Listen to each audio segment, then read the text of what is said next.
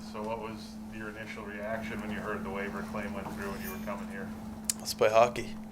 I mean, obviously, Los Angeles, California is quite a place and great place to kind of take your mind away from hockey. But at the end of the day, I'm a hockey player, and I loved everything about it. No complaints. I just wasn't playing, so it was kind of nice for both parties just to part ways, and I couldn't be more excited to have the opportunity here. And you knew a little bit about this place between Rochester, Belleville, and with Ottawa, right? Yeah, playing here against obviously both systems, and I was actually here I think for Pominville's thousandth game, Okay, yeah. so I got to see Buffalo to their fullest, I guess, for lack of a better expression, and it was just cool. You know that it's a hockey town, you know that it's a sports town, and I was fired up to come here. You had, you turned pro and looked like you had a lot of success in the AHL, and you were doing well in your stints in the league with with the shoulder surgery and moving teams and the pandemic, how hard has it been just to kind of establish yourself? Yeah, I think you described it perfectly. Have a successful rookie year, and all the success in the world going forward, and then all of a sudden shoulder surgery at the start of my second year, and then COVID happened. So you're 2 years without playing a game, and then you go into last year, no fans. Just it was kind of like a perfect storm in a negative way. But the one thing I tried to do, and I still feel that I've never lost faith. I've never lost hope in the dream staying alive. And again, when I found out I was coming to Buffalo, it's a team I think that I fit well with, a bunch of guys that want to earn it every day, want to win, want to turn things around for the city, and I really want to be a part of it. What kind of player are you? What kind of player could fans expect to see on the ice from you? What kind of player am I? I mean, my rookie year, really good. And then, no, I'm kidding. I think that I can move the puck. I think that I facilitate. I think that I make plays. I think early in my career, maybe defensively, I've struggled a little bit, but I really think I've cleaned up there. And that comes just with adversity. After not playing, after sitting for a while, you kind of think, you start to look in the mirror, you're like, what do I need to work on in order to be established? And I think all the little areas that I might have struggled with early on are tightening up, and then offensively, I like to think that I can contribute and get up in the play, but we'll see as time goes. Who in that locker room might you know? In this locker room, I played with Drake Kajula at North Dakota. Andy, obviously, I was in front of him for my entire time in Ottawa, and then played with Tomer at the World Championships this past summer. So it was a nice locker room to come into, and then on top of that, just everybody was very welcoming, and obviously it's early in the season, so everybody's fairly new, but it was a nice, easy day today.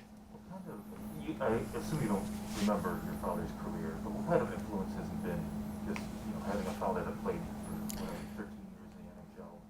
Yeah, well, I the Ottawa media knows this. Most interviews I say I mention my parents. They're the reason I'm here. Mom will just get it out of the way in case she hears this. She's the loving one, the supportive one, and then my dad is just everything.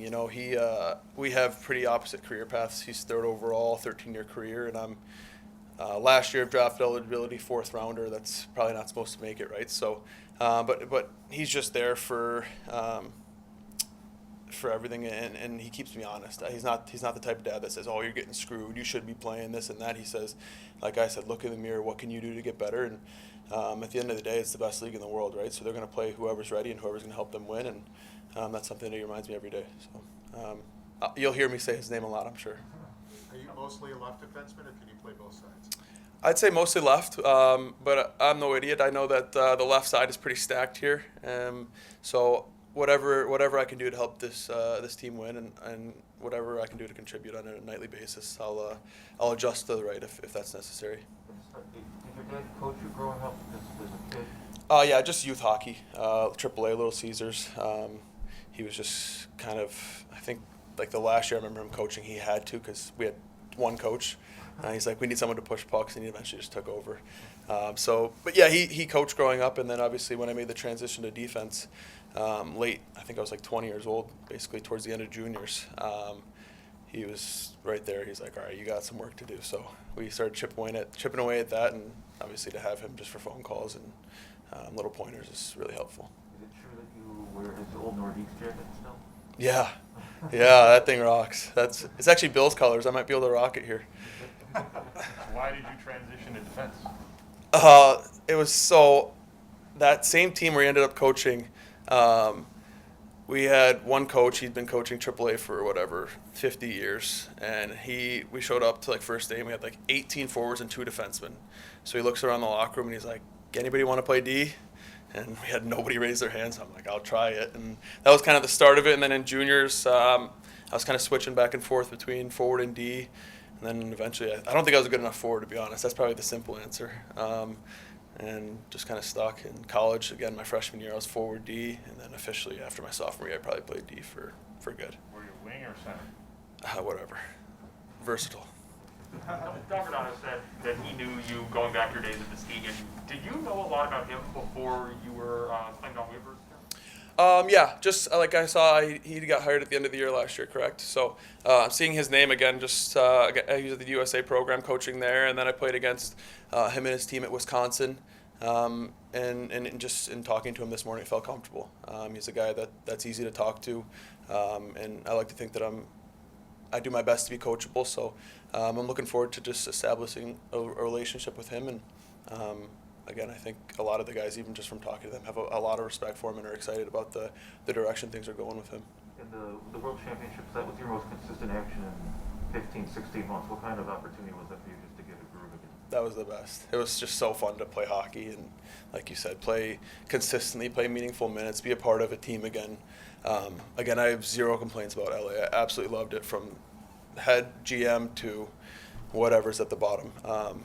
But I wasn't playing, right? So it's never fun to go and practice every day and just show up again and practice. Granted, I'm going to the beach after, but it's just a grind, right? So to go out there, be able to play a part of a team again, similar to this team, where it's just a bunch of misfits, right? All the superstars didn't want to go because of the COVID year, so a bunch of guys that just had an opportunity and ran with it, and it was just a blast. I think it was kind of a nice reminder to myself and to those guys that when you get the opportunity, you can run with it. 86 have a meeting for you? It was my first number when I first got called up to Ottawa. It was my camp number. Switched to 24 last year. Got a little comfortable. Had to humble myself. Go back to 86. I'm not going to take Cousins' number either, so I can't afford a Rolex or a watch or whatever. You mentioned obviously your dad's role in all this, but any other mentors along the way from different teams, organizations you've been with that you still rely on?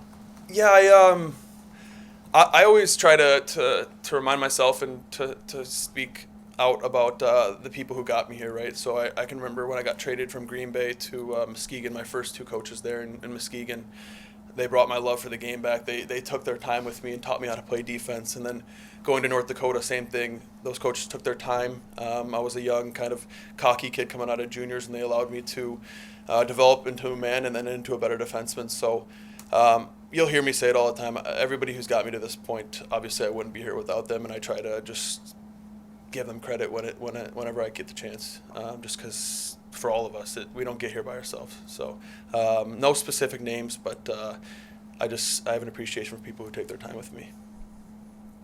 Thanks, everybody. Thank you, guys. Nice.